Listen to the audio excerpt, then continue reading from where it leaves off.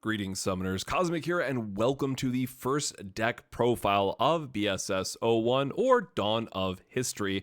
And this is going to be just the series leading up to Vegas that says, hey, these are largely proof of concepts. Some of these will be more refined than the others, but I at least want to get those conversations started. And a lot of people, might be new to the game or just have no idea where to start. So hopefully this video series and the ones coming obviously in the days and weeks ahead will give you a good starting point. Now, today we're going to be talking about the Curse deck because it's just the one that I've playtested the most so far. And again, it's just purple has good stuff. So the way I'm going to format these going forward is really going to be just, here's the overall list, here's about some pros and cons, getting into some choices, and then just, kind of leaving it open for a few flex spots that may be your choice that you want to put in.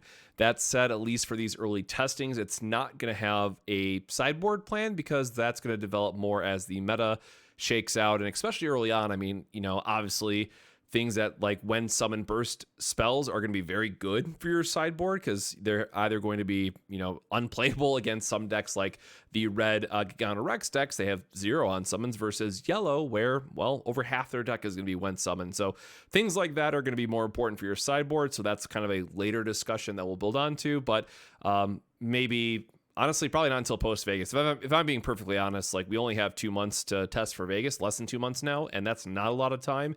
And there's a lot of different decks to test. So most of these will just be kind of proof of concept is, we call it my day-to-day job, or just general outlines to get you started and hopefully get you going on your brewing adventures and doing some of your own testing and finding out what you like or don't like to play in these decks. So with that said, from a overall general standpoint, what does this deck do and what is it kind of good against, right? So Curse as a mechanic, if you are coming from Magic, it's known as Death Touch, but basically it makes blocking for your opponent very, very awkward.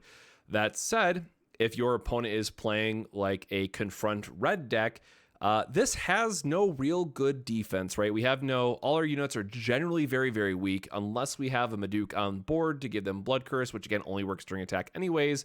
If Maduke can block, great. Your other spirits, they're terrible for blocking. So this is a deck that wants to stay ahead, but if your opponent, especially if you're going against like purple control, right? If you're having someone that's able to fight for board control and chip away some of your pieces, you're going to have a very difficult time. Now, that said, if you're going against a very slow, like Star Dragon's deck or a very slow white deck where they just want to play these bigger threats and try to, play the power game, well, you don't care. Your 1,000 can smash into their 10,000 because the curse, as long as they don't get bounced or something, right, is going to do the job for you. So this is a deck that really wants to emphasize taking control of the game early, getting ahead, and then using things like the Nexus or Magic cards we're going to talk about to kind of fill the gap. So overall, I really love this because there's quite a few different flex options that you can do, especially in purple if you want to rely on more of like the control side of the deck you can splash in, or what I've gone for is some of the core depletion stuff. And honestly, I'm probably gonna add a few more of these the next time I get around to testing.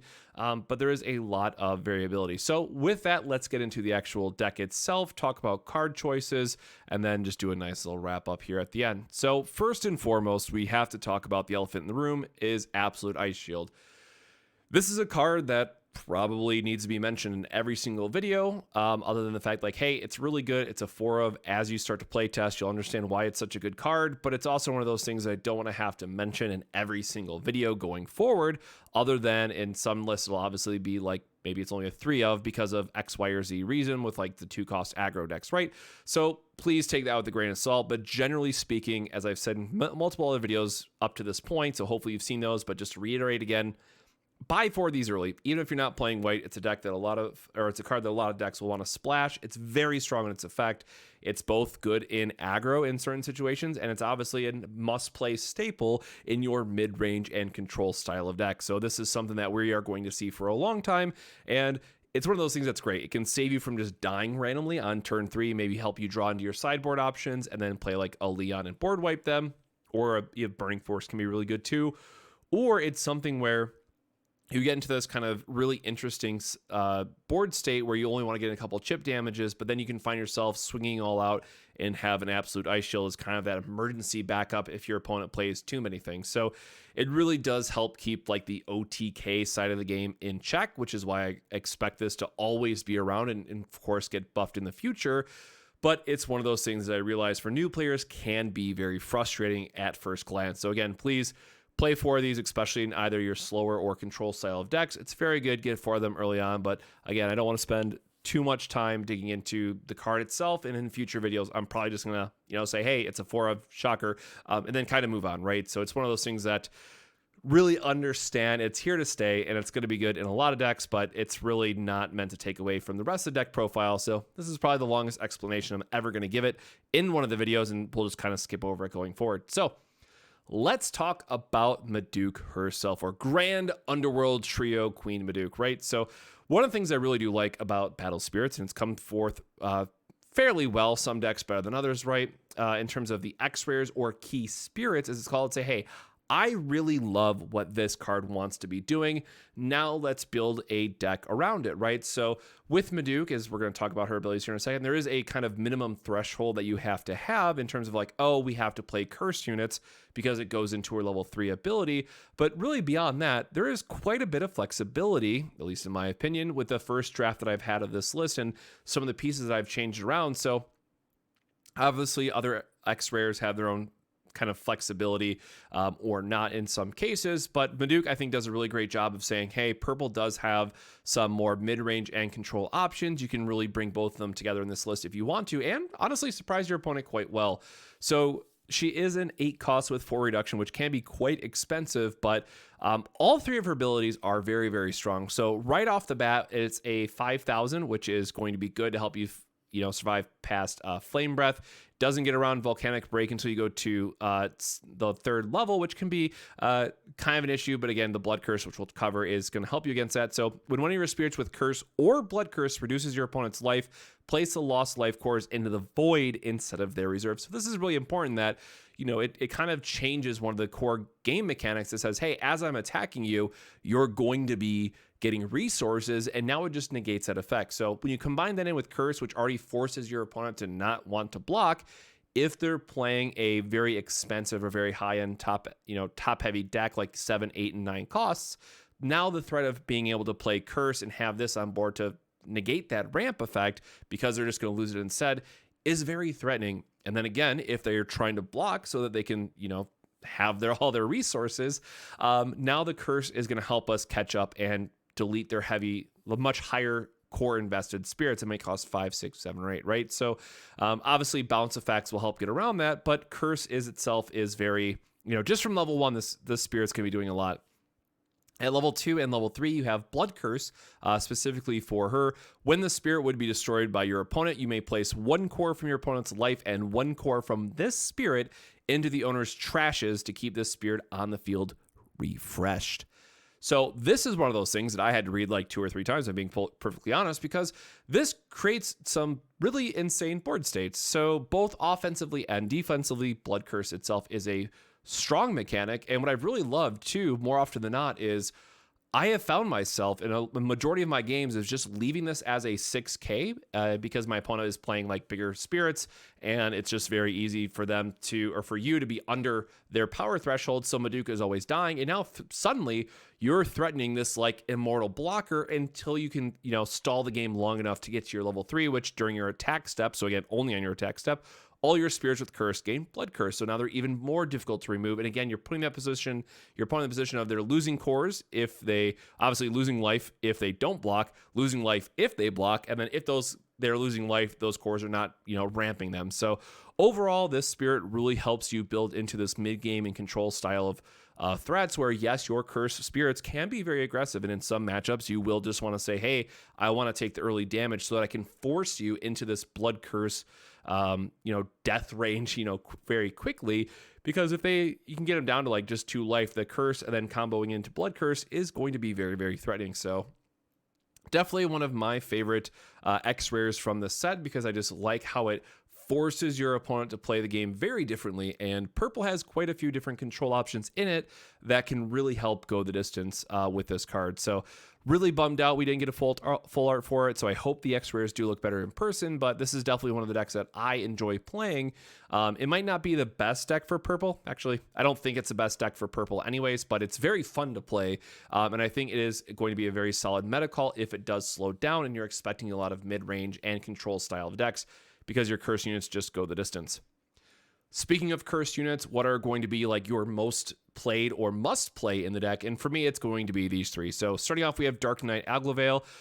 This does a lot. It's really great. 3 cost, 2 reduction. When destroyed, if it has a Soul Core on it, you get to draw a card. This is going to combo quite well with our Deadly Balance later on. And also, it's the only curse spirit that you really want to block with, because again, it's not your attack only in this case. It can be on defense, and you just get to draw an extra card. So that's pretty okay itself. And then also, for only 2 cores, and you're going to see here later on, like a lot of them require 3, you get curse at level 2. So it just all around, like it's a common, which is, the thing that's crazy to me as I was like looking over the deck list. But to me, it is one of the strongest spirits in the deck itself because of the flexibility that it gives you. And then also sometimes it's just like, oh, I'm going to attack, then play a Deadly Balance, sacrifice my guy, force my opponent to, sacrifice something, and then I get to draw a card anyways, because it's not when your opponent destroyed it. It's just a flat when destroyed. So Dark Knight Aglavale, absolutely insane. My second favorite is going to be Dragonaga Assassin. If you play the starter decks, you know how good this is already, but it's a 3-drop. You can play it early. It has Curse at 2 and 3, and then if you have a Soul Core on it, it's going to draw you a card. Like, honestly, this card is just, in my opinion, one of the best cards, period, in purple, because it just is going to threaten multiple card draws. And then often, if you're playing again against this slower style of decks, you are now threatening a multiple, turn over turn card draw engine that your opponent says, well, I have to block it at some point, right? I have to get to 4K, and it's probably going to trade up on top of it, or trade up in value on top of that. So honestly, all around, just a very insane card. And then the last one is the King Snake. I really love this because it obviously gets back your important curse or blood curse spirits, but then also it's not to be missed. Like, the level 2 has been more relevant than maybe I thought it would. And this is probably because, like, if people see a lot of cursed spirits, they're not also thinking about the depletion side of things. So I have been able to, snipe a few spirits that way. And also, again, if you're going against like a heavy control style of deck, just run 4 of these, I guess, at that point, getting things back like your Dragonaga Assassin so you can keep drawing cards. Or if you want like a defensive flex, Dark Knight can be good in a pinch as well, because you can just put the Soul Core on them, right, and then draw more cards that way. King Snake has been very, very good for me. So I think like these 3 are going to be the most common spirits that you're going to see within the curse style of archetype. And at least for me, and very early on testing, these have been my favorite. And then obviously, if you're playing things like Core Theft and you're not able to be able to discard the last card, you can put them down to 1. There's a lot of value that King Snake can really do for you. And then maybe, you want to splash in more of the core depletion side of stuff. It allows you to do that. So I really do love the flexibility, right? Like, getting back curse is really important anyways. Again, Dragonaga Assassin, getting those back multiple times. It's going to combo with one of the Nexus that we're going to talk about later because it's a serpent.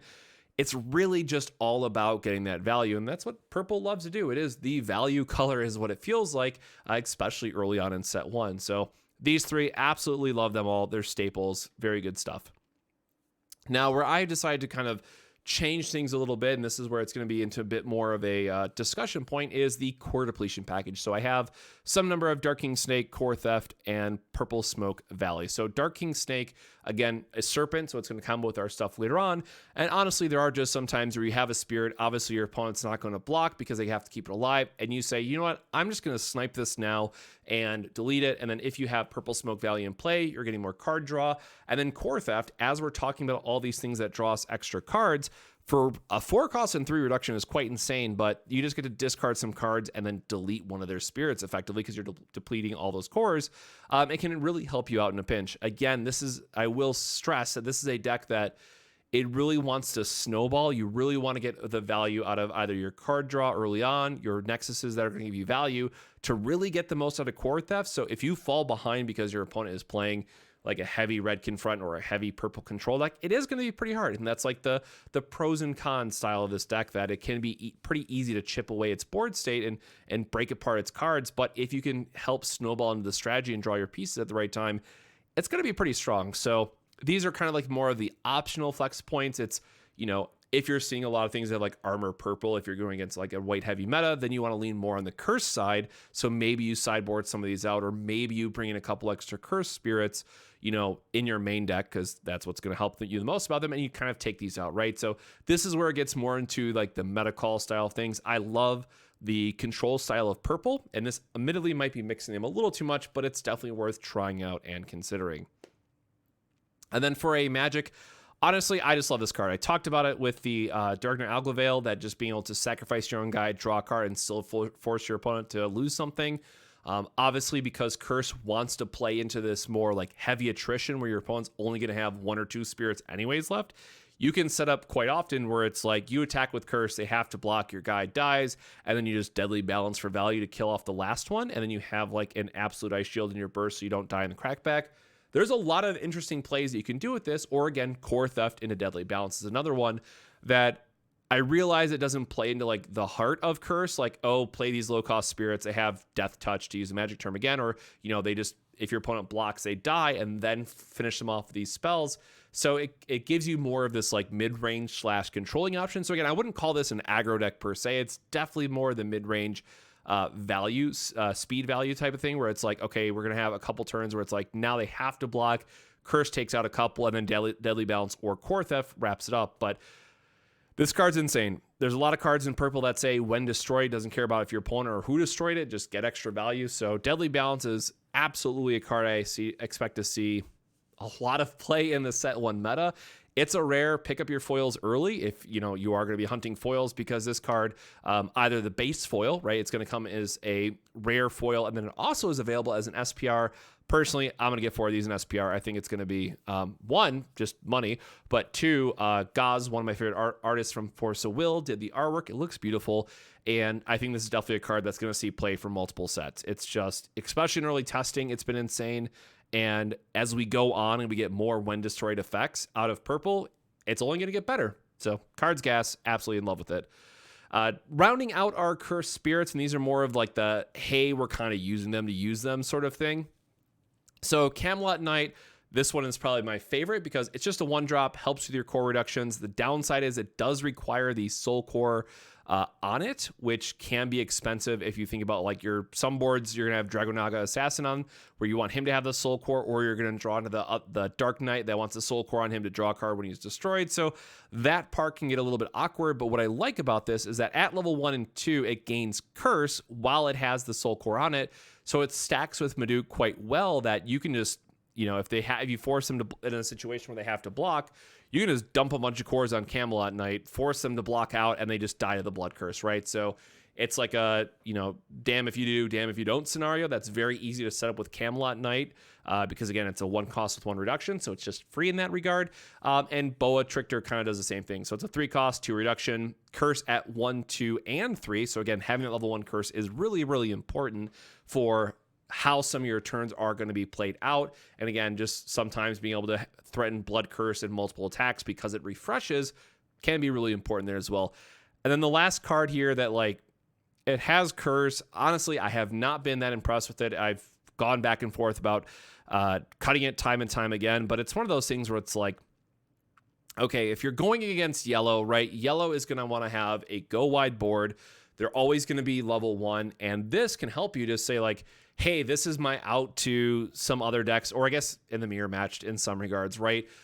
This is just like a very fringe out you can have, because at the level 2, all your spirits with curse cannot be blocked by your opponent's level 1 spirits.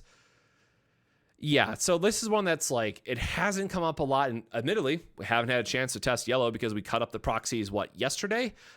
This is one of those things that probably gets better as, you know, we get deeper in testing, we test out yellow and all that good stuff, but at least for now, it's, I think it's 2, I might cut it back to 1 just because of how much draw purple has, and it's very, very narrow what it does. Again, if they don't have absolute ice shield, chances are you play this guy, put him up to level 2, which is quite expensive at 4 cards, to be fair, to like both play it and put him to level 2 in the same turn and also have a board, right?